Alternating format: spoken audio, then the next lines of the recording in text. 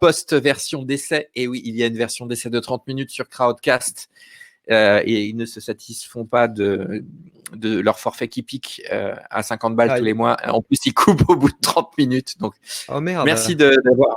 ouais, ok, je te laisse continuer. Je disais quoi sur VideoAsk? Donc en fait, ce que je te disais, c'est VideoAsk, l'intérêt, c'est vraiment d'avoir une interface qui est humaine dès que tu commences. Et ce qui est bien, c'est que pour répondre, ça se branche directement. Soit tu écris un commentaire, donc la personne, dès qu'elle voit le commentaire, soit elle peut répondre au questionnaire, soit elle peut cliquer sur les boutons, sur les réponses, soit elle peut carrément répondre avec une vidéo dite avec son téléphone. C'est-à-dire que tu réponds avec ta caméra et tu enregistres une vidéo, et le nombre de personnes qui vont envoyer des éléments. C'est un Typeform avec des vidéos, quoi. C'est un Typeform avec des vidéos. Ouais, on peut le résumer comme ça, même si ça fait mal dit comme ça tout court. Mais ouais, c'est un Typeform avec des vidéos. Mais par contre, effectivement, ce qui est bien, c'est que vu que c'est interactif, il y a beaucoup de gens qui t'écrivent et qui te répondent. Et ça fait une putain de connexion avec les gens. Il y a pas mal de... C'est pas Lemlist aussi qui propose d'engager davantage les personnes avec de la vidéo dans les mails. Il y a de la vidéo, il y a de l'image aussi personnalisée. Ouais, Lemlist fait un gros boulot. Alors là, pour le coup, je te dirais plus que c'est du... Je sais pas s'ils font que du cold email. Je crois qu'ils font plusieurs types d'email. Mais ouais, ils mettent la personnalisation vraiment au centre. Après, pour le coup, Lemlist, c'est carrément du gros, quoi. Ouais, là, on rentre sur du lourd. Qu'est-ce que tu as d'autre dans ton stack Dans ma valise, j'utilise aussi pas mal Glide, que j'aime beaucoup. Parce que... attention, on va parler... On va parler de no code pur. Je vais partir directement sur montrer l'écran.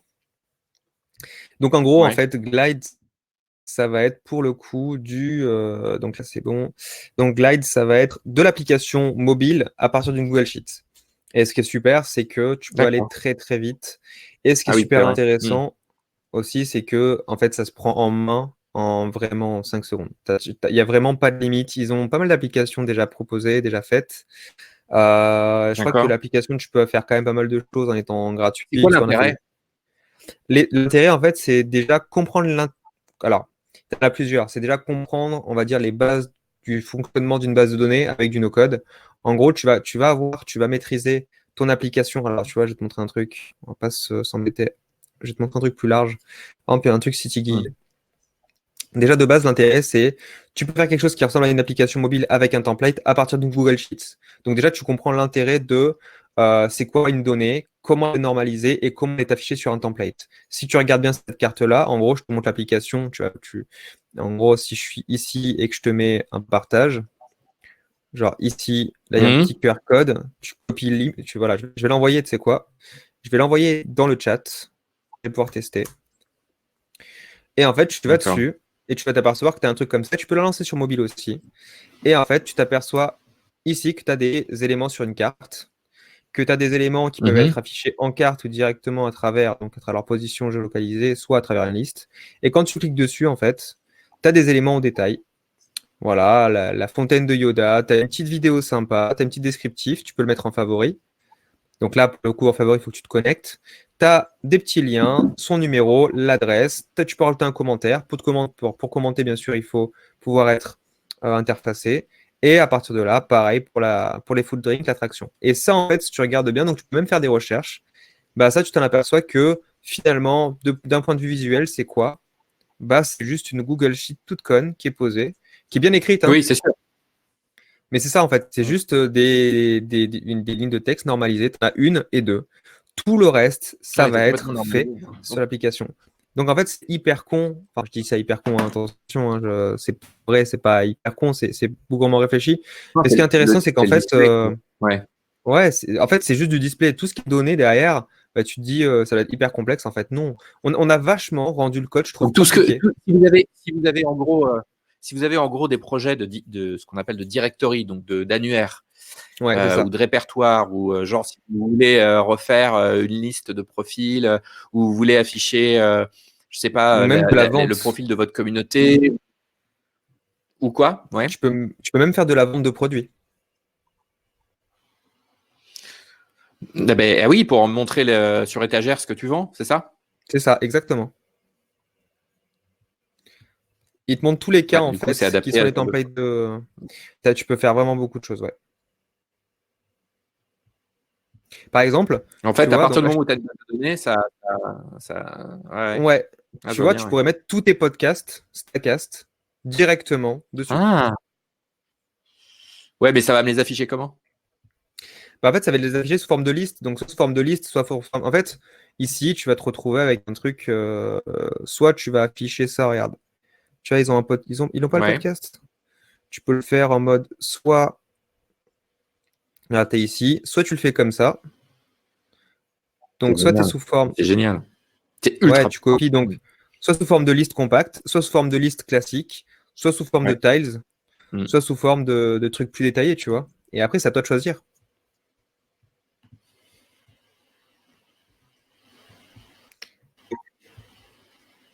Et voilà. Bon, bah, ça en fait quelques-unes. Ça, c'est pas mal sur le. On va prendre un exemple J'écris un Glide. peu concret. C'est vrai que c'est. Ouais, sur les cas pratiques. Est-ce que vous avez, vous, vous travaillez sur quoi en ce moment en termes de projet est-ce que vous êtes sur un side project est-ce qu'il y en a parmi vous qui travaillent sur des petits projets passion à côté de leur taf ou qui sont au chôme nu et qui font un blog est-ce qu'il y en a parmi vous qui font ça?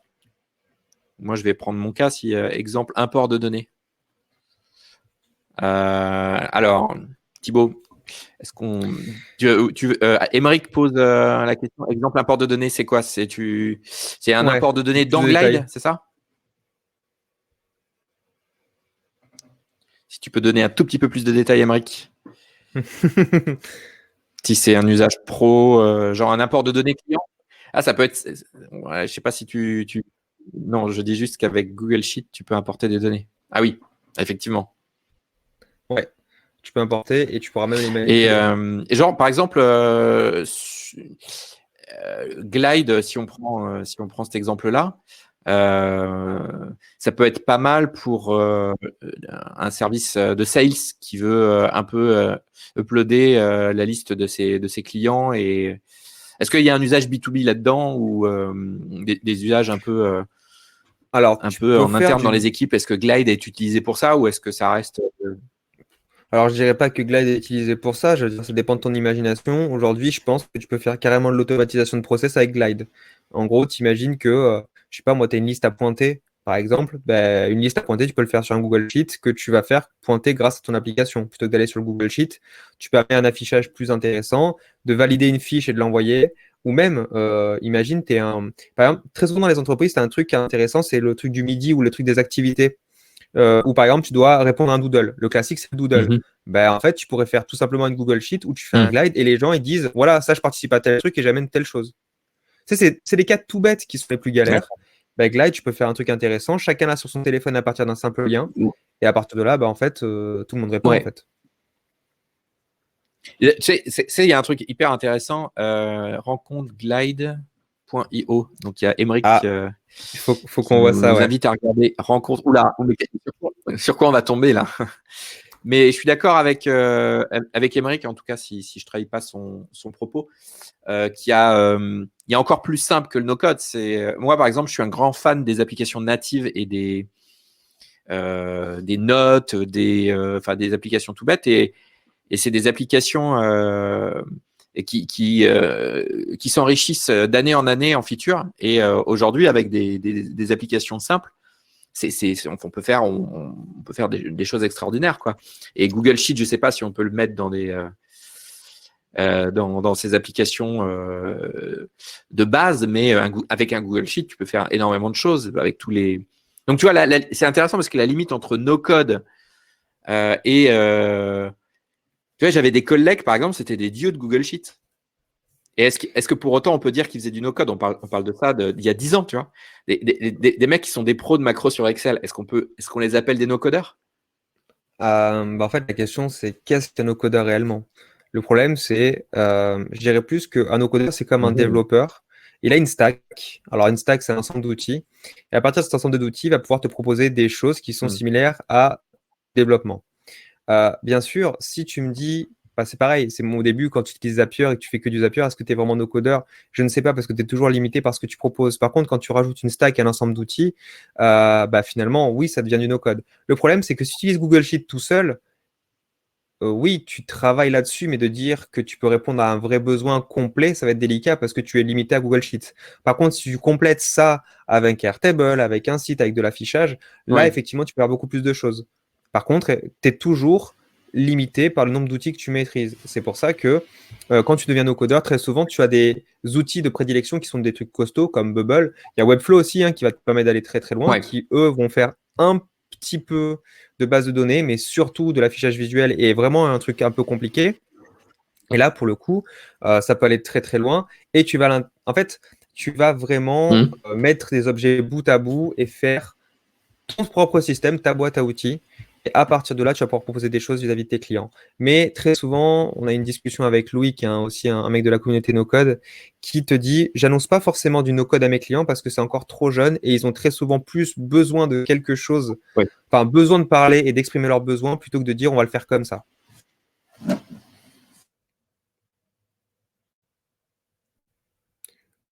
On l'a encore perdu, je le crois. Non, t'as pas perdu? C'est bon? Tu m'as entendu?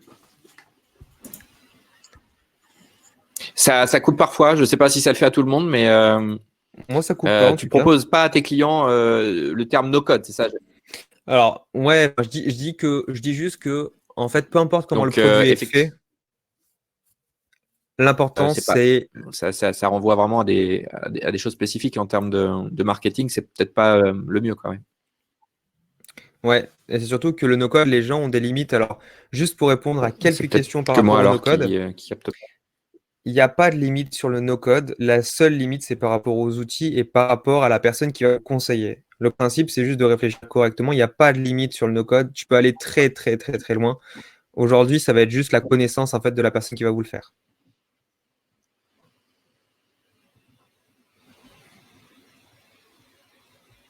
Voilà. Ok. Il doit y avoir un petit délai de latence. Ouais, je te vois attendre ma phrase. Ok. Donc, vous êtes… est-ce…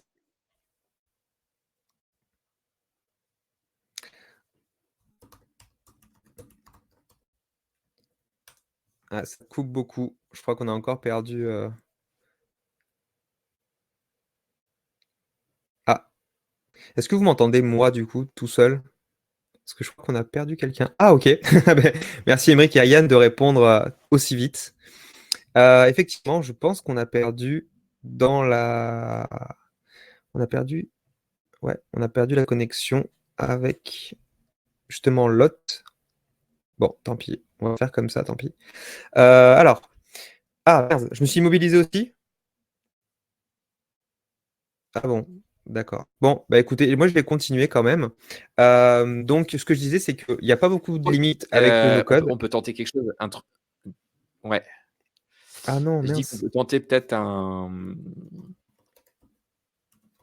Ouais. On t'a totalement perdu. Hein. On t'a totalement perdu pendant genre une bonne minute. Vas-y, vas-y.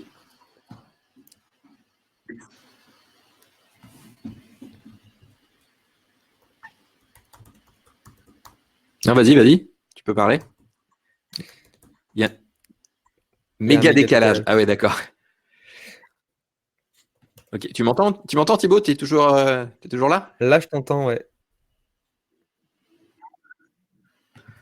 Ok, donc on est à 2 années-lumière l'un de l'autre, donc c'est bien. C'est ça. C'est chaud.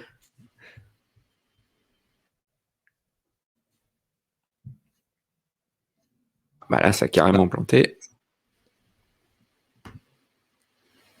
Ok. On va tenter. Nico, est-ce que tu voudrais que je t'invite sur la session et que tu nous exposes ton projet en une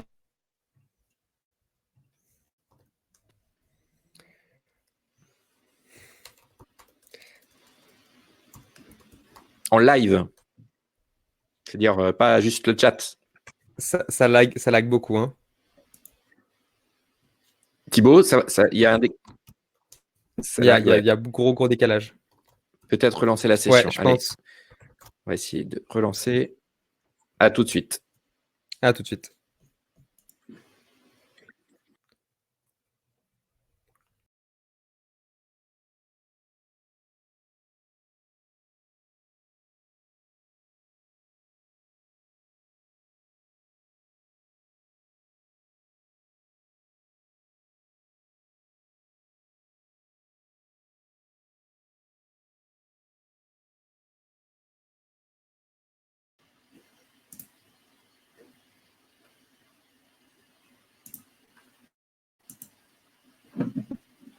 Alors, nous voilà de retour. Est-ce que il y a des cas... Attends. Hop. Ah non, ça rebloque. Oh punaise, ça rebloque. Impossible. Qu'est-ce qui rebloque? J'étais en décalé. Des fois, tu frises. Je freeze. Ok. Alors, attends. Hop.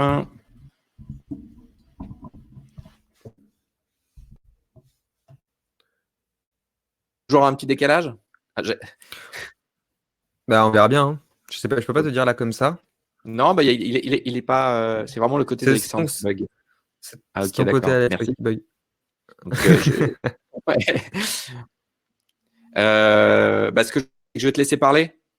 D'accord. Tu m'envoies les questions par texte, par question. Ouais. Donc, je finissais juste avec la partie no-code. Franchement, s'il y a une limite par rapport à ça, donc ne vous bloquez pas par rapport à ça. Les outils permettent d'aller très très loin.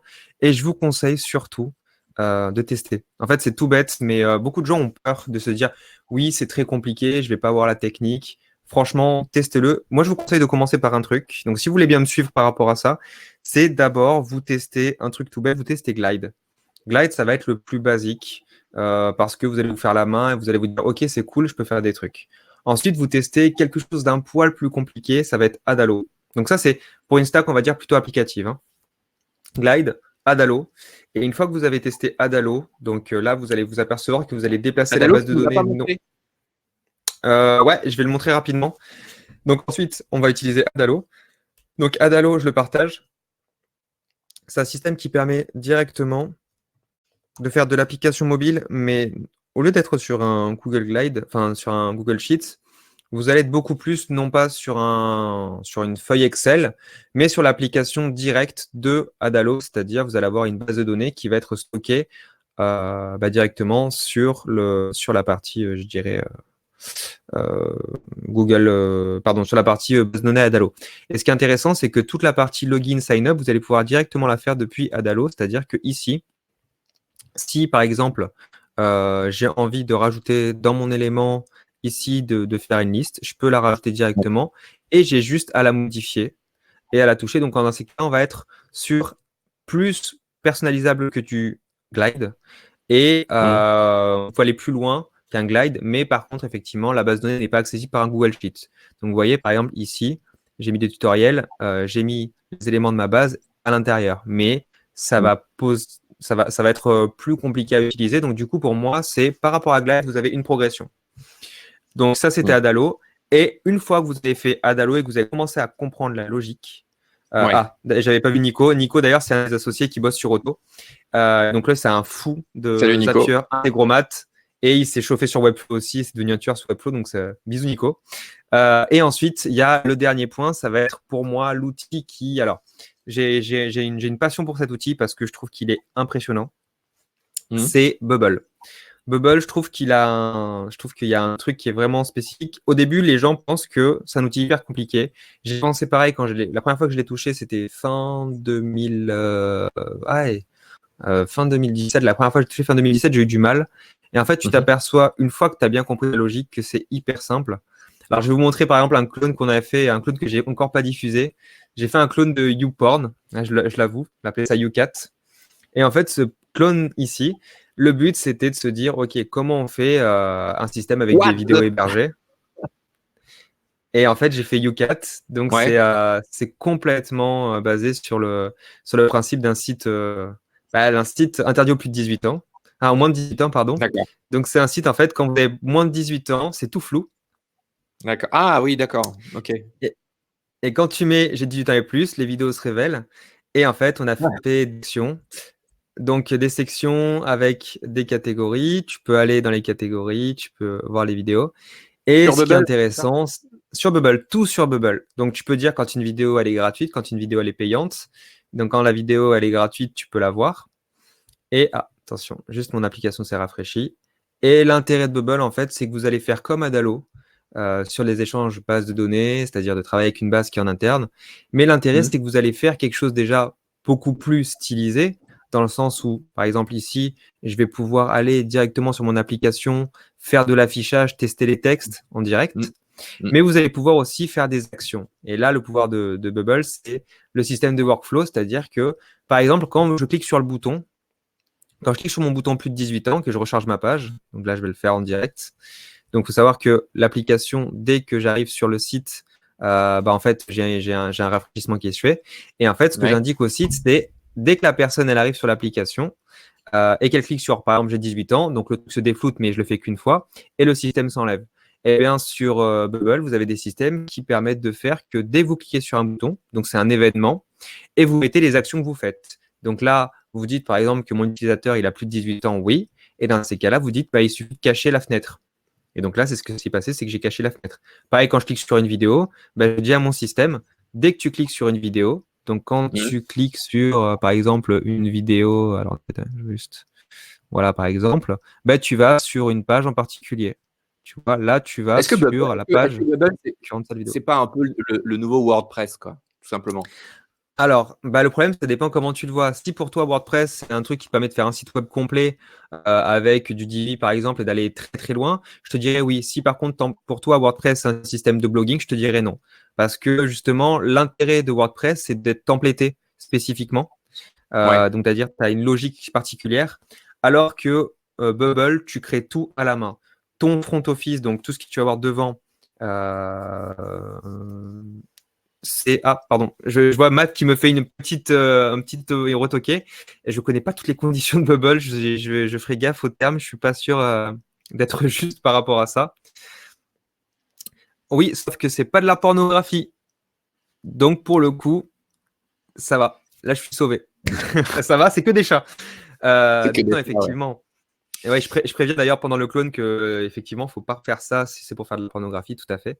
Non, mais le principe je disais quoi, par rapport à oui, si tu compares effectivement par rapport à Bubble, c'est que Bubble n'est pas limité, tu vas tout créer. Tu vas créer les systèmes front office, donc l'affichage du visuel. Tu vas créer le Mmh. système back office, donc l'affichage pour l'édition.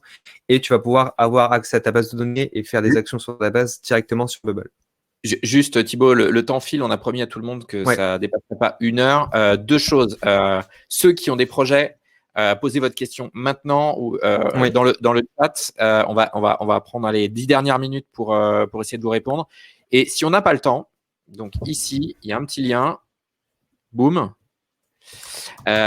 C'est un Q&A. Donc, posez toutes vos questions sur le Substack.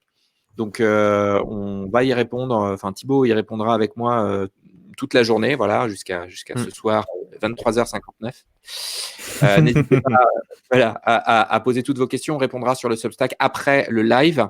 Et donc, ben voilà, on est 11 là. Est-ce que il y a des personnes qui ont des questions à poser à Thibaut sur différents outils, même si vous êtes des pros et que vous connaissez déjà un peu les outils no-code. Alors moi, on me demande déjà, est-ce qu'il y aura un replay? Hein? Ouais.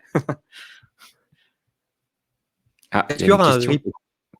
Est-ce qu'il y aura Un un projet replay? LinkedIn. Ah, ok. Oui, je vais voir s'il y aura un replay, si Crowdcast m'a enregistré la session automatiquement. Sinon, il Ok. fallait être là, c'est le principe un peu des lives. Nous en dire plus, Mohamed, sur le sujet? Est-ce que je peux t'inviter à rejoindre la session? Est-ce qu'on peut tester cette fonctionnalité avec toi, Mohamed? Ça te dérange ou pas? Dis-nous tout. Ça consiste à venir dans l'écran à côté de moi et de Thibaut. Mohamed se pose des questions. Pas sûr. Bon. Dans tous les cas, dans tous les cas, Thibaut, en attendant que les personnes s'expriment. Merci, j'ai pas une bonne connexion. Bon, eh ben, hésite pas dans le chat à nous expliquer un peu plus ton projet LinkedIn. Qu'est-ce que tu veux savoir exactement? D'ailleurs, à propos de LinkedIn, il y a des choses intéressantes sur le sujet en termes d'outils que tu connaîtrais, que tu voudrais partager? Tu m'obliges à parler d'un pod en fait. Ah, c'est bas. Non, pas Ah, forcément. c'est Non, non, bas. mais non, non, non, pas forcément. Alors, je vais parler de deux trucs qui sont hyper intéressants. Tu as un outil qui est pas mal, qui va être Prospecting, dont j'ai entendu parler. Je crois que il y a une vidéo, j'ai vu tourner une vidéo sur YouTube fait par un des anciens mecs ou je crois un des mecs, pardon, pas un ancien mec, mais un des mecs de The Toolbox qui parle justement de prospecting, qui est un outil assez cool, qui apparemment permet de faire de la prospection sur LinkedIn, mais avec un... Non, pas prospecting, pardon, Casper, qui permet de récupérer le mail et d'envoyer un outil. Et c'est quelque chose sur Join Secret, je crois que tu as un outil, un forfait moins cher et c'est assez cool. Et donc, tu peux faire une sorte de cold emailing. Attention, c'est pas forcément légal, mais de faire du cold emailing avec un peu qualifié, donc ça à voir. Et de l'autre côté, tu vas avoir aussi tout ce qui est, je dirais, allez, tout ce qui est Lempod qui permet de trafiquer, on va dire, un petit peu artificiellement le reach organique de tes posts.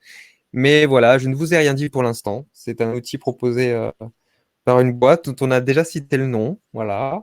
Et c'est un outil qui est assez intéressant parce que ça vous permet de rajouter des commentaires sur les posts. Voilà.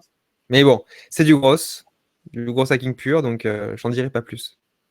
Oui, et puis après, en fait, de toute façon, ça enlève pas le fait que il faut travailler un peu son image naturellement, et puis de nouer des relations un peu vraies quoi avec les gens en les relançant. Donc Ah oui, c'est obligé. C'est c'est juste. il y a un hackathon au printemps. Mohamed pose la question. Donc c'est au sujet du hackathon à Avignon, c'est ça, j'imagine? C'est ça. En fait, alors, juste, j'écris le nom.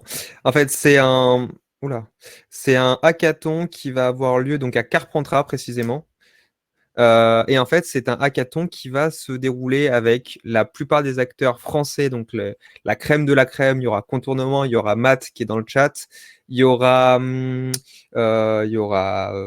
donc Matt Mazega d'Ideable, il y aura donc Alexis de Contournement, il y aura nous, il y aura d'autres personnes aussi. Alors attends, il faut bien que je cite tout le monde.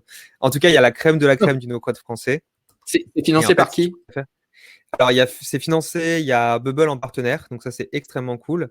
Et je pense que tu as pas mal d'autres partenaires. Alors, attends, 2 secondes, il faudrait que je te dise ça. Je vais te retrouver en 2 secondes l'événement. Je vais même le partager, parce que je pense que ça peut être un truc qui peut être très intéressant.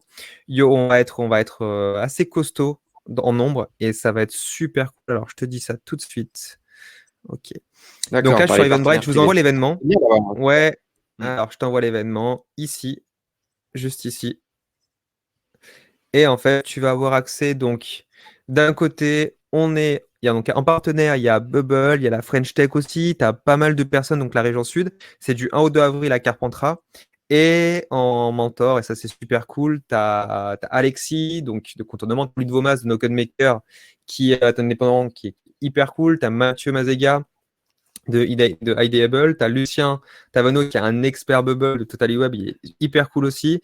Après, tu as Stan, tu as Arthur, d'Intrafounder, Stan, pardon, de Comover, et tu as Noam qui, lui, est pour le coup expert Airtable et Zapier, et donc ça va être du très, très, très, très lourd. Tu as d'autres amis aussi qui vont venir, et franchement, je pense qu'on va être une bonne Ouais. équipe. Apparemment, je crois qu'on attend, on m'avait dit entre au minimum 60 participants, 60 participants en équipe, et je pense qu'on va être environ D'accord. dans les 100 à 200, bien comme il faut. Donc ça va être Top. assez énorme. Juste, je vois que je le temps qui file. Je veux juste répondre à la question. On peut peut-être essayer d'y répondre tous les deux, Thibaut, sur quand tu es au chôme du pour retrouver un emploi sur LinkedIn. Quelles sont les meilleures techniques, approches? Moi, j'en ai juste une qui marche plutôt pas mal. C'est de faire un blog, faire un podcast, mais écrire du contenu et pas écrire du contenu juste pour dire que vous êtes là, mais essayer d'être dans une logique de média vous-même.